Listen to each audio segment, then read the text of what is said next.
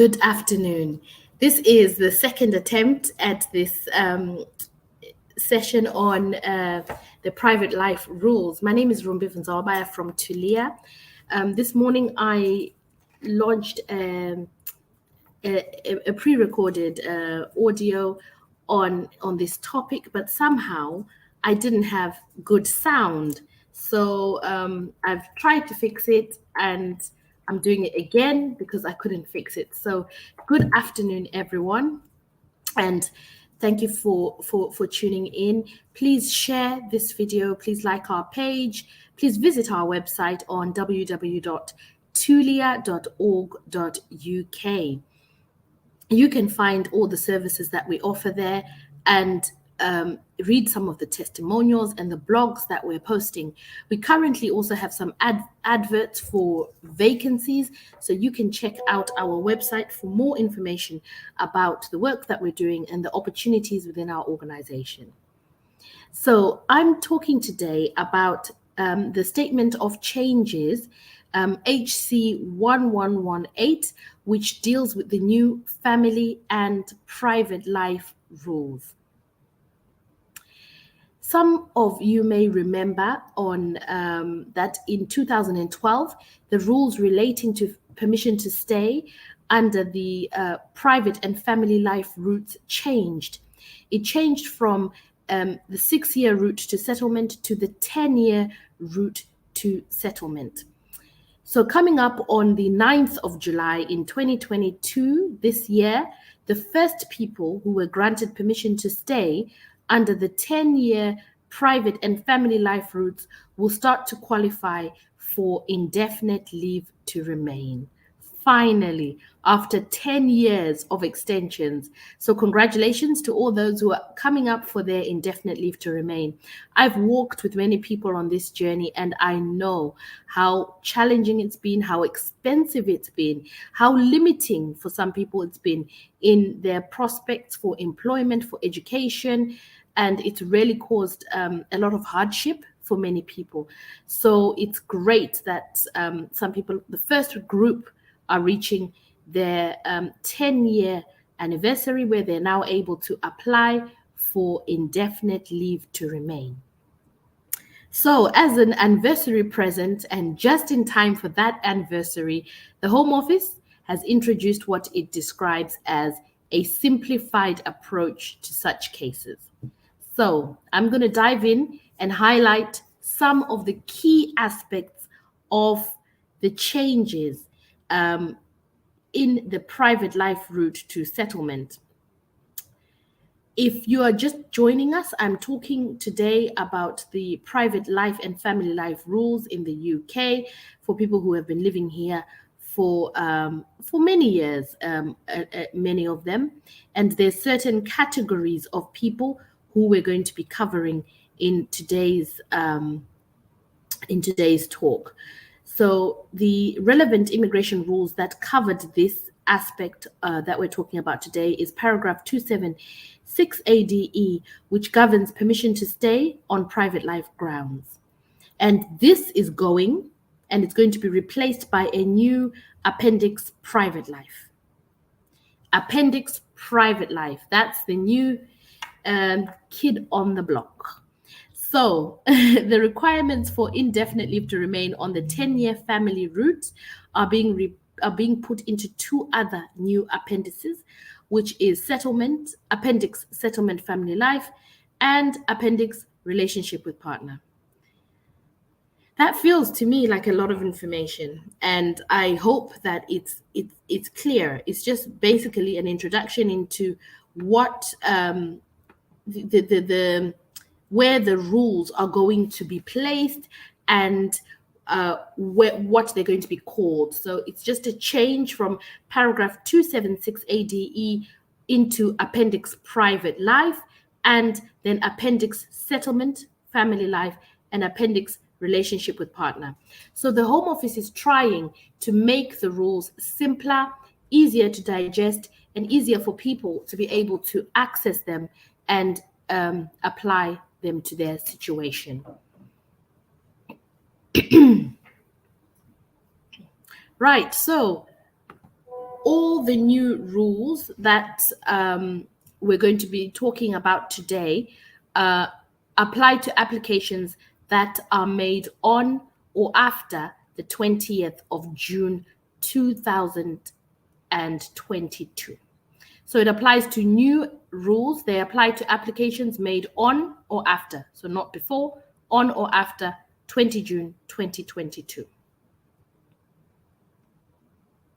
And I'm just going to summarize the groups of people who are covered by these new rules that I'm talking about this afternoon. So the 7-year children, right? So the first group of people are children who are resident in the UK for at least 7 years, who cannot reasonably be expected to leave. So 7-year children. And then the young adults who are aged 18 to 24 and resident in the UK for at least half their life. So these are young adults. The next group is those people who have been resident in the UK for more than 20 years. And these are covered in Private Life Rule 5.1a. And the group is also covered in PL 4.1, and the first group relating to the children is PL 3.1. The last group is those who face very significant obstacles to integration in their country of return, PL 5.1. So those are the 4 groups of people to whom the new private rules apply.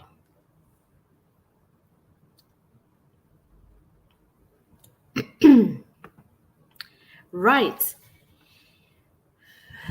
The up until now, successful applicants on private life grounds, the ones that I've just been talking about, have been granted 30 months permission to stay, following which they must reapply if they wish to extend their stay. So what Appendix Private Life now allows going forward is that young adults and 7-year children can choose whether to apply for 30 months or 60 months permission. And there are no additional requirements for that.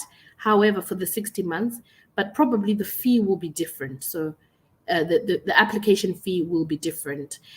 One of the things that I've just been thinking about as I'm looking at these new rules and reading the statement of changes is that the fee waiver still applies. So even people who are applying under the 60 months permission to stay, they can still utilize fee waivers. I haven't seen any changes in that. So even though there may be a difference in the fee, there will still be the provision for fee waivers for people who are applying for a full 5 years. I've seen the devastation that's caused when you're applying for the 2.5 years. Every time you're extending, it's a case of raising the money. It's a case of waiting when there's delays in the Home Office processing applications, not having access to passports and not being able to travel. The impact on migrants is devastating. When you have relatives who are sick and you cannot travel, when you need your documents for university or documents even for work, it causes so much disruption every 2.5 years. So this option to apply for 60 months, just 5 years at one go, is very welcome, and it's a very good change, which I think will benefit many people. The most significant changes under the new rules relate to the qualifying period for indefinite leave to remain. Previously, applicants had to complete 10 years on the private life route before they could get indefinite leave to remain. 10 years. But Appendix Private Life changes that. So that is good news.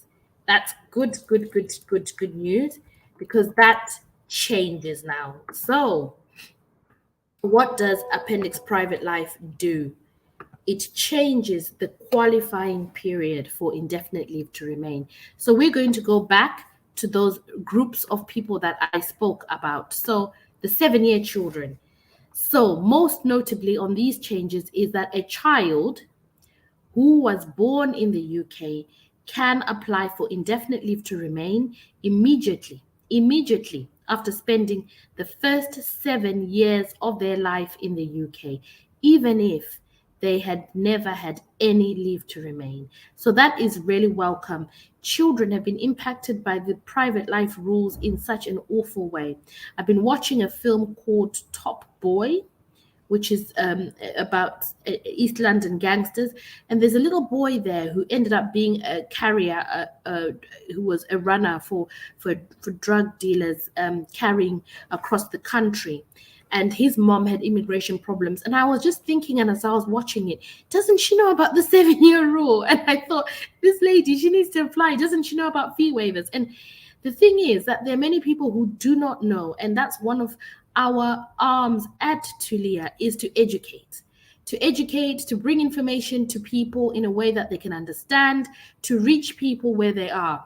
Seriously, I just felt like, when you want to be an actor in a film and go in as the immigration advisor at the school, because, she could have got help. I mean, we don't know the history, but anyway, that I sidetrack, I digress. The 7-year children. So children like that who don't have, their parents don't have leave to remain, they've been born in the UK, lived here for the first 7 years of their lives, they can now get indefinite leave to remain immediately. And that's really, really good, because it allows them to have recourse to public funds. They can also be eligible for, if they're a bit older, they can also be, it helps them for university and things like that later on. However,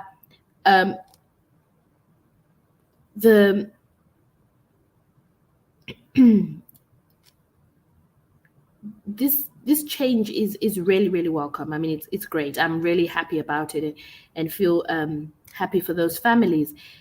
But children who are not born in the UK, they can just apply for the 60 months straight away. They still need to complete the 5 years. So if they were not born in the UK, came here when they were 2, 3, 4 years old, and they've spent 7 years in the UK, they can still apply. There's other children, I'm preempting questions, who at 10 years old, they can apply to register as British citizens who were born in the UK.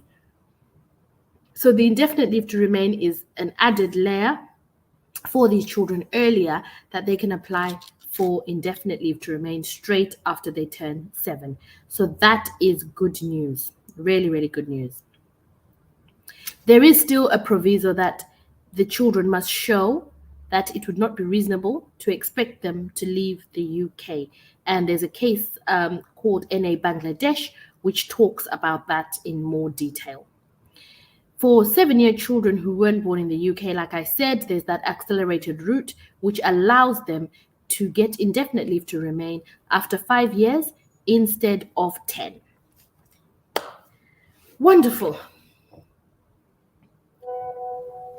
And then everybody else, the other groups on the private life route, still need to complete 10 years after being granted permission before they can get indefinite leave to remain. So those who have been here for 20 years, they still need to complete 10 years before they can get indefinite leave.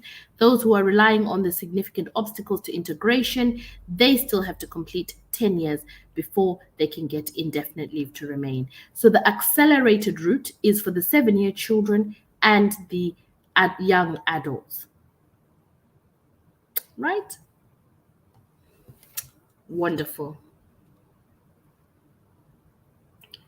So with all good news, there's good news, there's bad news, there's good news and bad news. So alongside these really amazing and generous provisions, which I believe have come around as a result of campaigning, as a result of lobbying, I recall a meeting that we attended at the House of Lords with some of our service users, and supporters, and they were able to talk about the difficulties, the challenges, the expense that they were experiencing in renewing their family life. COVID highlighted the disparities between people who are living in the United Kingdom. And one of the groups that was most affected is those on the private life route who have no recourse to public funds.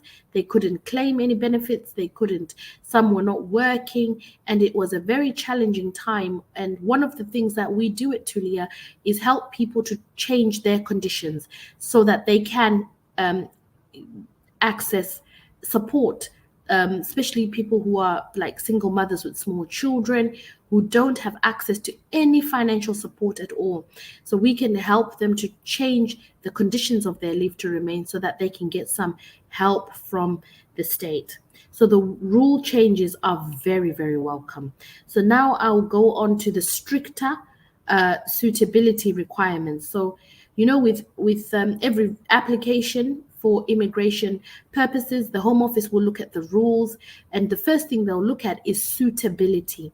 And suitability goes to your character and goes to your previous interactions with authorities and with the Home Office. So a person who has a prison sentence of at least 12 months now cannot ever, under the private life route, get indefinite leave to remain. So a prison sentence of at least 12 months now prevents a person from ever getting indefinite leave to remain on the private life route. Previously, they could do so if 15 years had passed since the end of the sentence, but now people in this position, they are expected to make endless applications. One of the thoughts that I had were if they perhaps could change once they've received their initial grant of leave to remain, change to a different route, skilled worker route, and perhaps they'll be able to get their indefinite leave to remain under that route. Even people who are on who are on the private life and get after 20 years and get leave to remain, they could also change onto the skilled worker visa so that they shorten the length of time that they have to work towards their indefinite leave to remain. So that is another option that is available. So people with a prison sentence of less than 12 months are prevented from getting indefinite leave to remain for the first 5 years after the sentence is completed. And it also disqualifies a child or young adult from obtaining indefinite leave to remain on the accelerated 5-year route. So young people who have been in prison or youth offending, who've had any crimes, they're also disqualified from obtaining indefinite leave to remain on the accelerated 5-year route. So if they have a sentence of less than 12 months, then they're prevented from getting indefinite leave to remain on the accelerated 5-year route. And the same applies where the applicant has been involved in a sham marriage, a civil partnership, practiced deception, or breached conditions, or where they have an outstanding litigation or NHS debt. The NHS debt has affected many people, and this will come back to bite and haunt people when they're applying for their indefinite leave to remain. So that's one to look out for.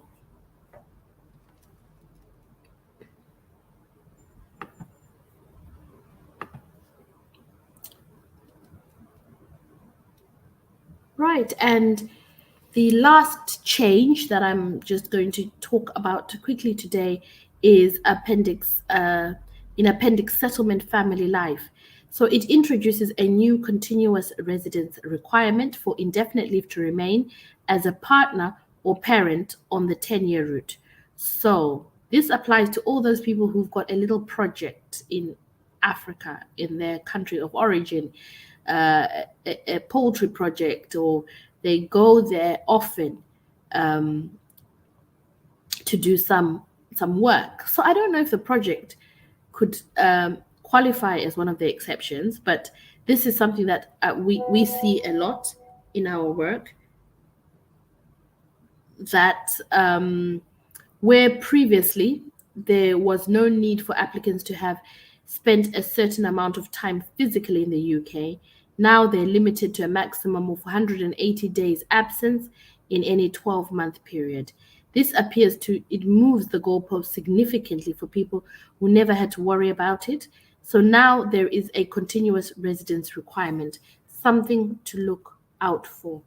There are exceptions to this, however, such as absences due to work, study, or supporting family members, as long as the UK remains the applicant's place of permanent residence and they maintain a family life here.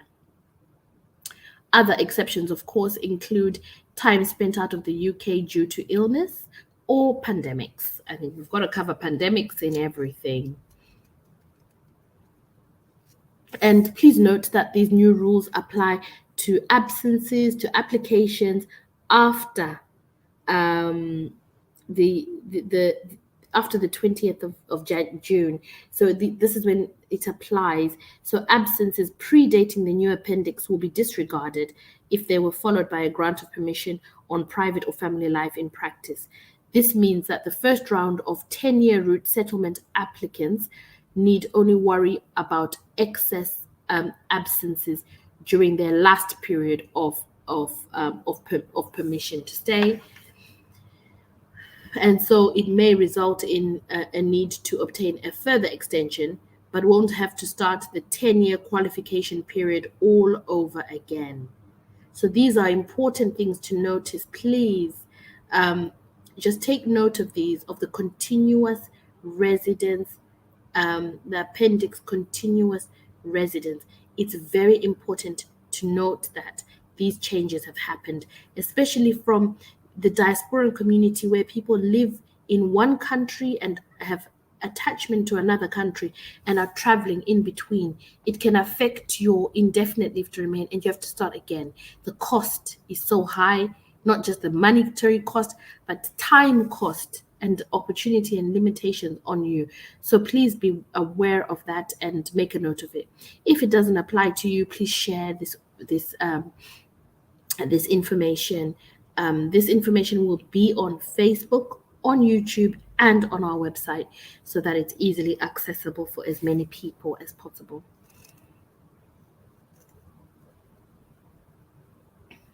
Right, so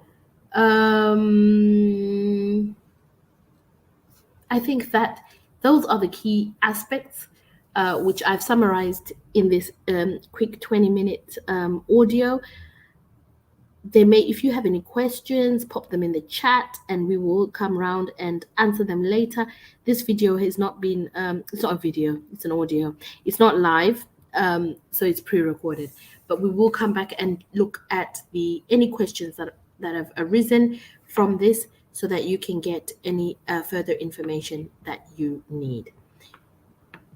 If you would like an appointment, you can send a WhatsApp message to the number on the screen, and we'll send you a link on Calendly where you can book an appointment and